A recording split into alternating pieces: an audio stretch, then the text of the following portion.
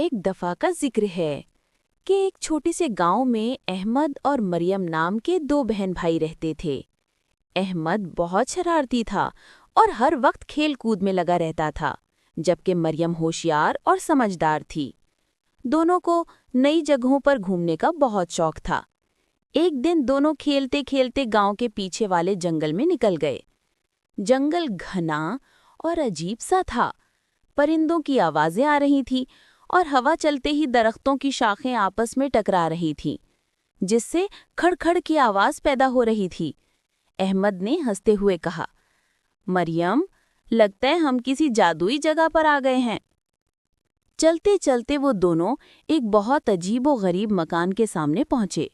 وہ مکان دیکھ کر دونوں حیران رہ گئے۔ دیواریں چاکلیٹ کی، چھت چاکلیٹ کی، دروازے چاکلیٹ کے، کھڑکیاں چاکلیٹ کی، حتیٰ کہ باغ میں لگے درختوں پر بھی آم اور سیب کی بجائے بڑے بڑے چاکلیٹ بارز اور ٹافیوں کے پھول لگے ہوئے تھے۔ احمد نے خوشی سے کہا، واہ، یہ تو دنیا کا سب سے مزیدار گھر ہے، میں تو یہ دروازہ ہی کھا جاؤں گا۔ اس نے فوراً دروازے کا ایک ٹکڑا توڑ کر کھا لیا۔ مریم نے کہا، احمد، ایسے نہیں کرتے، پہلے دیکھیں یہ گھر کس کا ہے۔ لیکن احمد کو پرواہ نہیں تھی، اس نے چاکلیٹ کی کھڑکی بھی توڑ کر کھا لی۔ پھر دونوں اندر چلے گئے۔ اندر کا حال اور بھی حیران کن تھا۔ صوفے چاکلیٹ کے، ٹیبل چاکلیٹ کا اور فرش پر جگہ جگہ چاکلیٹ کے بسکٹ اور ٹافیوں کی تہ بچھی ہوئی تھیں۔ میز پر چاکلیٹ کے کیک، براؤنی، ڈونٹ اور آئس کریم رکھی تھیں۔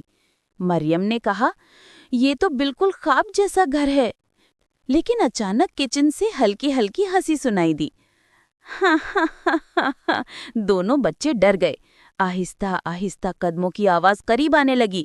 پھر اچانک کچن کا دروازہ کھلا اور ایک خوفناک چڑیل باہر آئی۔ اس کے ہاتھ میں ایک بڑی کڑھائی تھی جس میں وہ گاڑھا سا پگھلا ہوا چاکلیٹ ہلا رہی تھی۔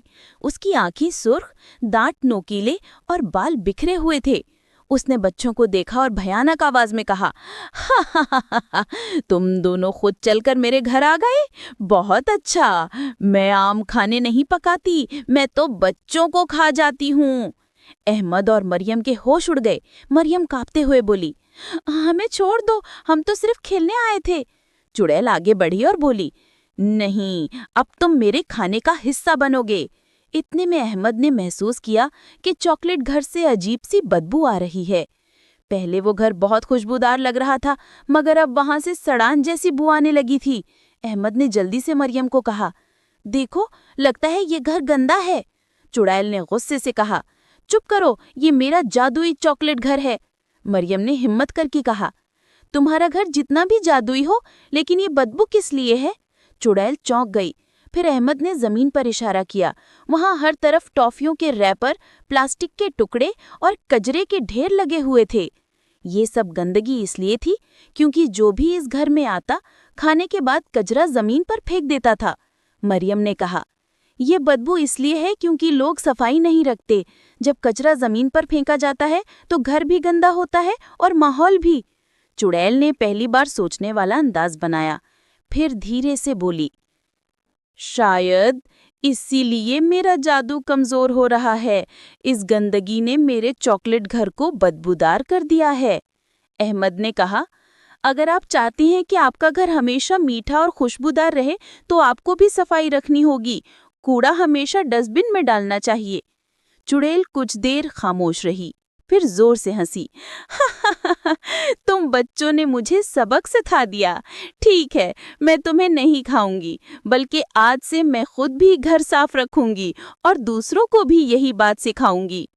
یہ کہہ کر اس نے جادو سے سارا گھر چمکا دیا۔ ریپر اور کوڑا کچرا سب غائب ہو گیا اور پورے گھر میں میٹھی میٹھی خوشبو پھیل گئی۔ بچے خوش ہو گئے اور چڑیل نے ان کو تحفے کے طور پر چاکلیٹ کے کیک دیے۔ احمد اور مریم گھر واپس آئے اور سب دوستوں کو یہ بات بتائی کہ گندگی نہ پھیلائیں اور ہمیشہ ڈسٹ بن استعمال کریں۔